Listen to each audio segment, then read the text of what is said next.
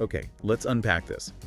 In a world where basically everyone have high-speed internet right in their pocket, pornography is, well, it's incredibly accessible. It really is. The numbers are pretty striking. Something like 70% of U.S. adults have viewed it recently. Yeah, exactly.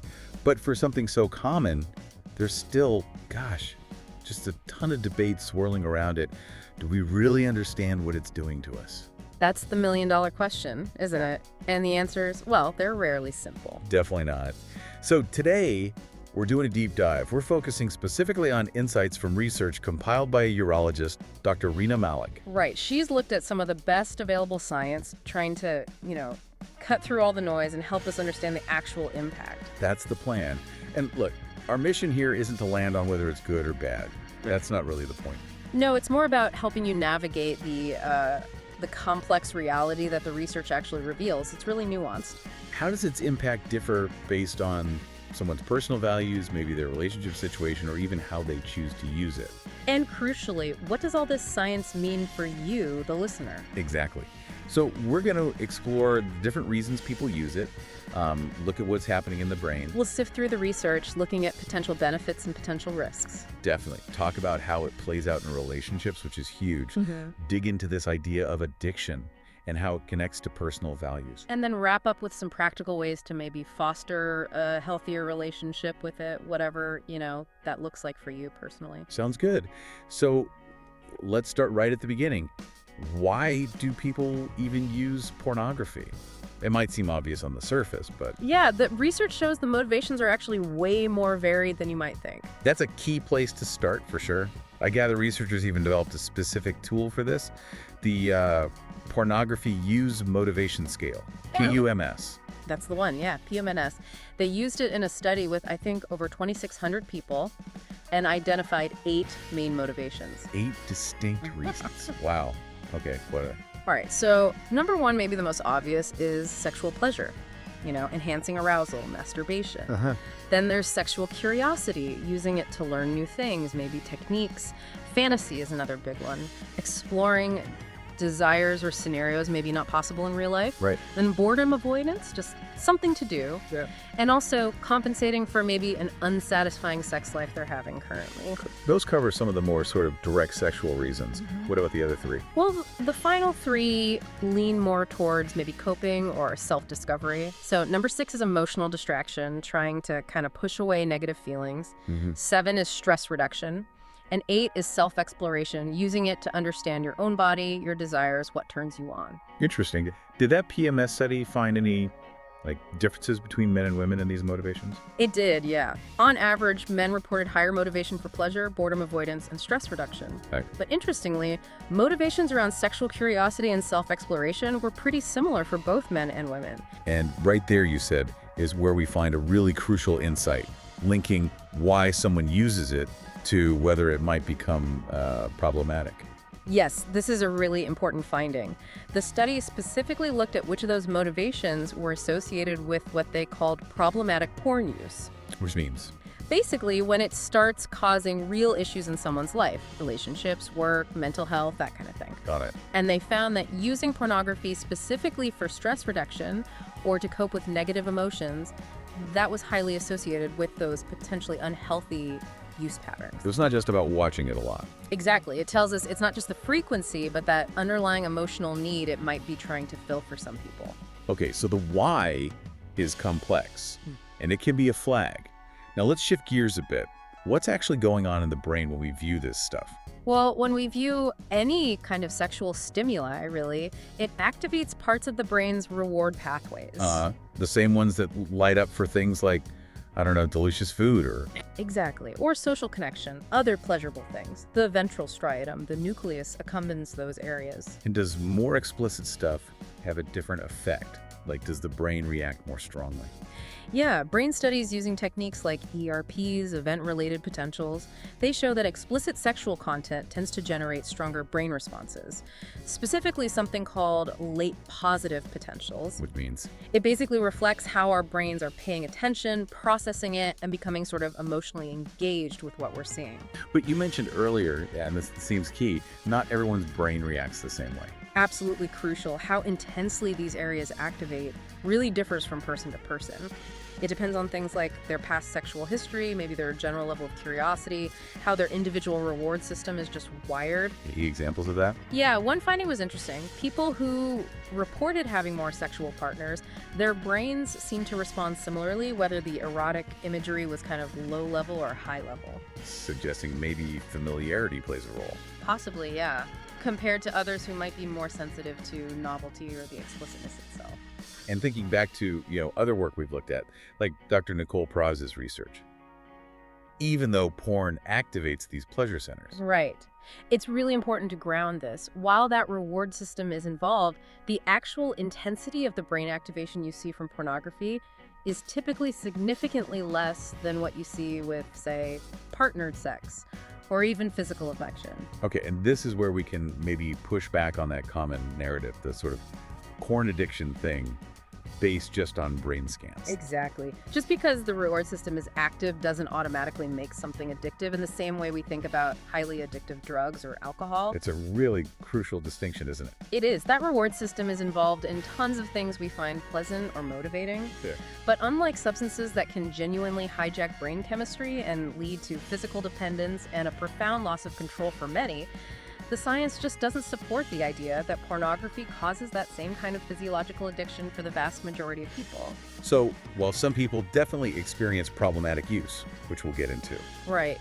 It's typically not characterized by that same kind of overwhelming loss of control you see in substance addiction. The mechanisms seem different. Okay, so setting aside the potential for problematic use just for a moment, what does the research say about potential benefits? Are there any documented upsides? Actually, yeah, the research identifies quite a few potential positives. For many people, viewing pornography seems to correlate with having more positive attitudes towards sex in general. More positive attitudes. Interesting. How so? Well, they tend to report being more open, maybe more willing to communicate about sex with partners, and just more comfortable exploring different aspects of sexuality. So it can almost function like a safe space for exploration, both like on your own and maybe with a partner. Exactly. Some research shows that when couples watch pornography together, it can actually increase arousal for both and, importantly, serve as a catalyst. It can spark open conversations about desires, fantasies, things maybe they hadn't discussed before. That makes sense. And for women specifically, there's a finding that seeing realistic depictions of masturbation correlates with more frequent and more satisfying orgasms. Why would that be? The thinking is it likely helps normalize self-pleasure, maybe provides ideas or techniques they hadn't considered. And what about individuals who maybe don't have as many opportunities for sex? Maybe due to health or distance or not having a partner right now? Yeah, for those individuals, it can serve as a valuable outlet for experiencing sexual pleasure and also potentially for stress relief. And just the physical act of masturbation itself, leading to orgasm, whether porn's involved or not, that has known benefits, right? Absolutely. Documented benefits like improved sleep, temporary pain relief, stress reduction.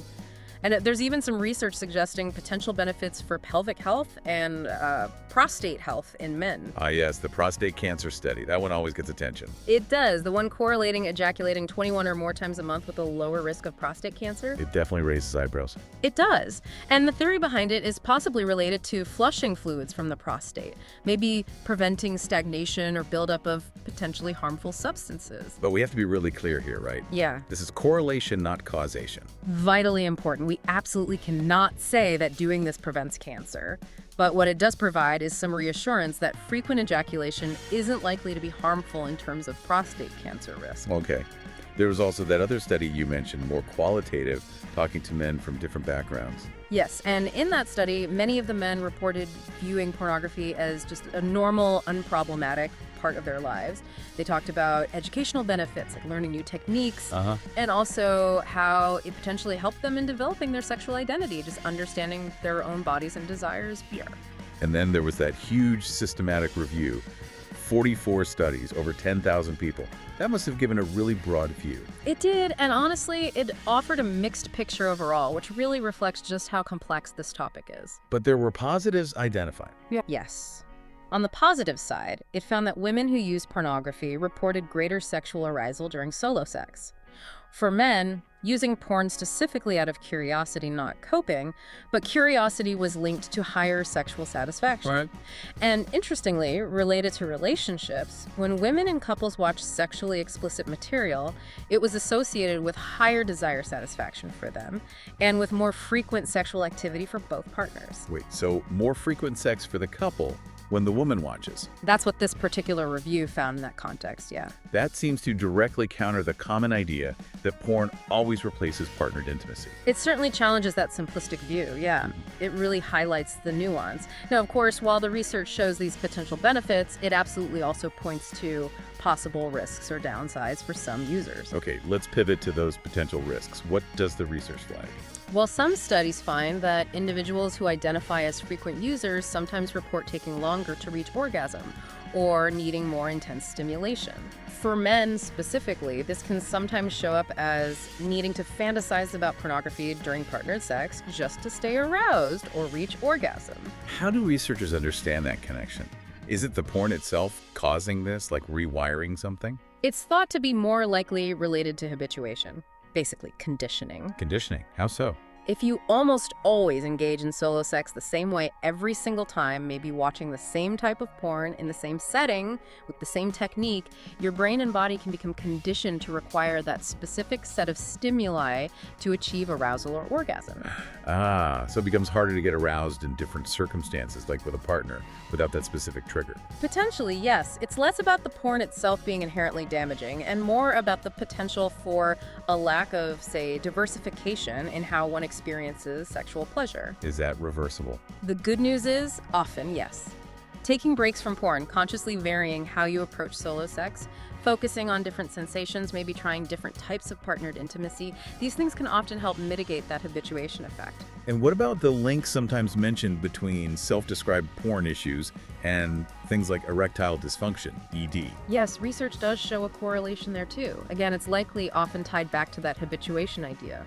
Maybe visualizing a very specific, often highly intense or particular type of arousal seen in porn, and then finding it difficult to replicate or achieve that feeling in a different context, like during partnered sex, which can then lead to performance anxiety and potentially ED. But again, the takeaway here is that this isn't necessarily permanent damage. Exactly. The research suggests it's often mediated by changing those habits, addressing the anxiety, maybe diversifying stimulation. Sexual function can often improve over time with those changes. Okay, now what about the impact on actual relationships? That feels like a huge piece of this puzzle. It's a massive area of focus in the research, and the findings here really underscore the importance of context and communication. So what are the negative links? When pornography use is kept secret from a partner, or if it starts to feel like it's replacing genuine connection and intimacy within the relationship, that's when it's often linked with lower sexual satisfaction for one or both partners. So the secrecy is a big factor. It seems to be. It's crucial to recognize that often the core issue isn't just the act of viewing pornography itself, but the lack of communication about it. Right. Secrecy, shame around the use, and unwillingness or inability to discuss it openly that can lead to significant conflict, resentment, and distance, especially if partners have very different comfort levels or views on its role or lack thereof in their relationship. That makes intuitive sense. I mean, anything that creates a wall of secrecy in a relationship is probably going to cause problems eventually. Absolutely. And then there's the coping mechanism angle we touched on earlier with motivations. Right, using it for stress or negative emotions. If someone falls into that pattern, it can create a really difficult cycle. They might use porn to feel better temporarily, get a brief release, but then maybe feel shame or guilt about the use itself, which makes them feel bad again, and then they return to the porn to cope with that bad feeling. It can reinforce a potentially unhealthy loop. That sounds tough to break. And then there's the impact on young people. You mentioned the average age of first exposure is surprisingly low now. It is depressingly low. Research suggests around 10 years old on average currently. Wow, 10. Yeah. And this is deeply concerning because obviously young children often lack the context, the emotional maturity, the basic knowledge to understand what they're seeing. It must be incredibly confusing. Hugely. If they stumble across pornography, and let's be real, they can stumble across it almost anywhere online these days, and they don't feel safe or comfortable talking to a trusted adult about it, it can create significant confusion. And lead to unrealistic expectations. Yeah, absolutely. Really unrealistic expectations about what sex is like, what bodies look like, about consent, about boundaries, about what healthy relationships actually involve. It just underscores how critical, open, age-appropriate conversations between parents and kids about sex and media literacy are, because waiting until they're older might be too late. They may have already encountered it. Okay, let's circle back to relationships for a second, because we heard seemingly contradictory things. It can be positive if couples watch together, but negative if it's secret or replaces connection. How do those fit together? It really just highlights that the impact isn't inherent in the material itself, but it's all about the context within the relationship. How is it being used? How is it being communicated about or not communicated about? And the research bears this out. It does, consistently. Studies confirm that couples who report watching pornography together tend, on average, to report higher relationship and sexual satisfaction overall. But conversely, couples where there's a big mismatch in solo viewing habits, like one partner watches a lot, the other watches very little or none at all, they tend to report lower sexual satisfaction. So it's the mismatch or the lack of alignment that seems to be the issue there. That appears to be a key factor, creating tension or dissatisfaction in those cases, yes. There was that one large-scale study you mentioned that specifically asked couples about the impact porn had on their relationship. What did most couples say? Yeah, that was really interesting. The most common response, by a pretty significant margin, was that pornography had no negative effect on their relationship. No negative effect was the most common. That's right. And many even reported positive effects. They cited things like it helped improve communication about sex, led to greater openness, increased comfort with their own sexuality. But some did report negative effects. Yes, a smaller but still significant group did report negative outcomes. Things like developing unrealistic expectations, feeling a decrease in intimacy, struggles with insecurity, or trust issues stemming from the use. So it really reinforces that it's far from a simple story of porn is bad for relationships. Exactly. The research strongly suggests that for relationships, pornography's impact can be neutral, it can be positive, or it can be negative. And that outcome seems highly dependent on the specific couple, their pre-existing dynamics, their communication patterns, and their mutual comfort levels and understanding. This complexity seems like a good bridge to understanding what people sometimes describe as feeling addicted to pornography, which you said research often ties back to personal values and beliefs. Yes, this is where that concept of moral incongruence becomes really important. Moral incongruence meaning? It refers to that internal conflict and distress someone experiences when their behavior, in this case, viewing pornography, clashes with their deeply held beliefs or values. Often these are shaped by religious or cultural backgrounds where they've internalized the idea that viewing porn is morally wrong or sinful. And there was a study on this. Yes, a 2019 U.S. study looked specifically at self-reported pornography addiction. It found that the people who reported feeling addicted were more likely to be male, younger, more religious, and explicitly state that they saw their porn use as a moral conflict. They also tended to use it more often. Okay, that makes some sense. But the researchers added a really important caveat about that self-reported addiction, didn't they? They did, and this is maybe one of the most crucial and perhaps surprising findings in this whole area. They noted that the feeling of being addicted in this context seems incredibly complex. It appears to be strongly tied to those personal beliefs and values, not solely determined by the frequency or amount of use.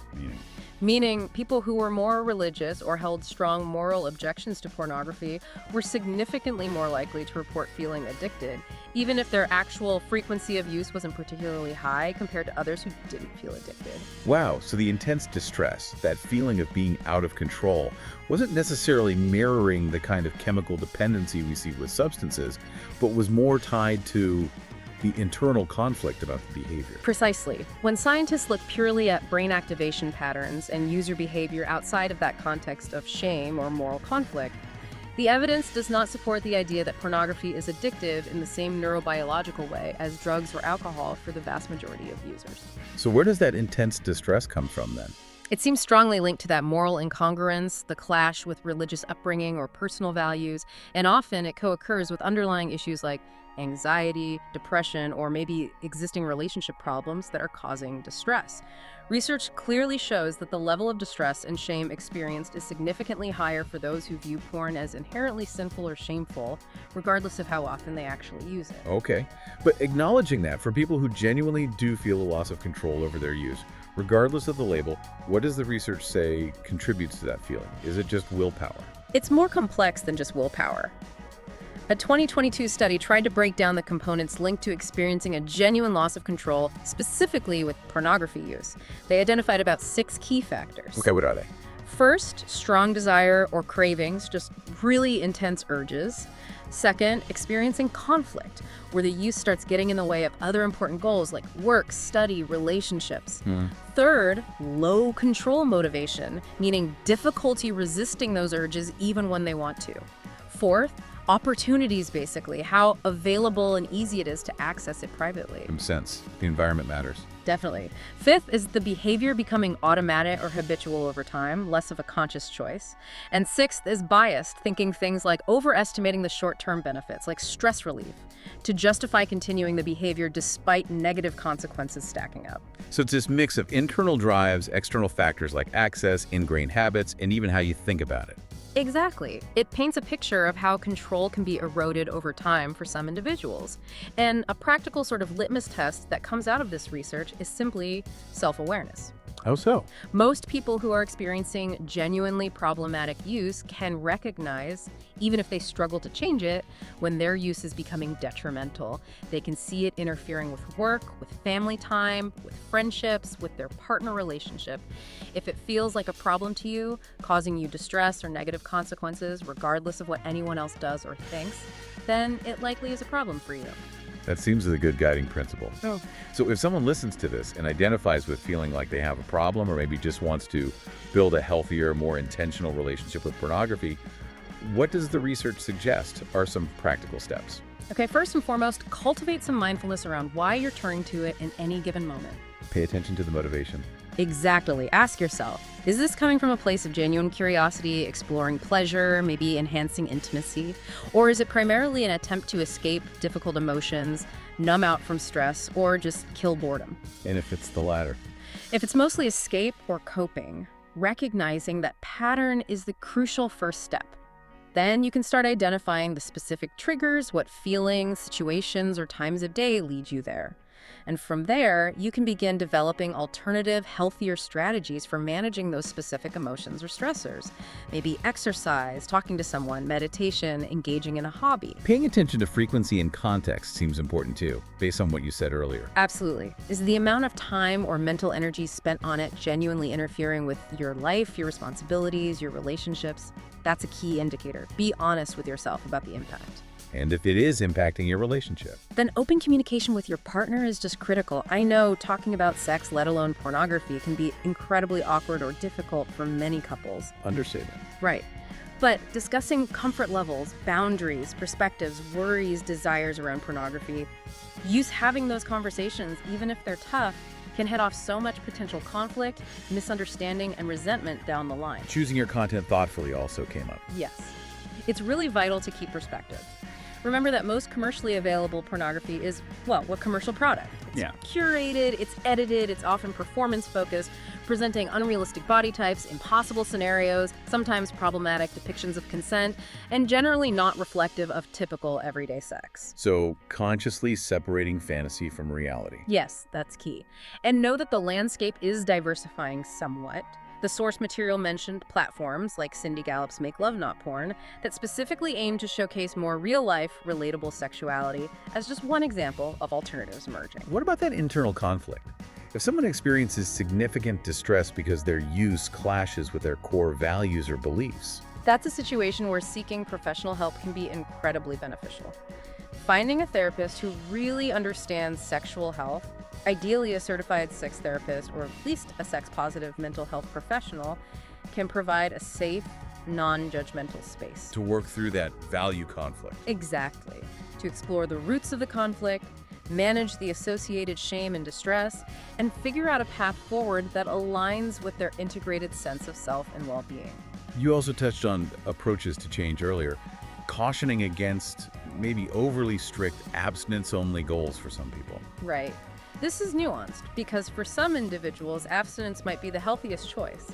But for many who struggle with compulsive or problematic use tied to coping, rigidly demanding perfection, I will never look at porn again, can sometimes backfire. Oh, so? If they inevitably slip up or fail according to that rigid goal, it can trigger intense feelings of shame and self-loathing. And what's often the go-to coping mechanism for those feelings? Turning back to the very behavior they were trying to stop, reinforcing the cycle. So a different approach might be more effective. For many, yes. Focusing instead on managing the underlying thoughts, feelings, and triggers associated with the problematic use. Addressing any co-occurring issues like anxiety or depression.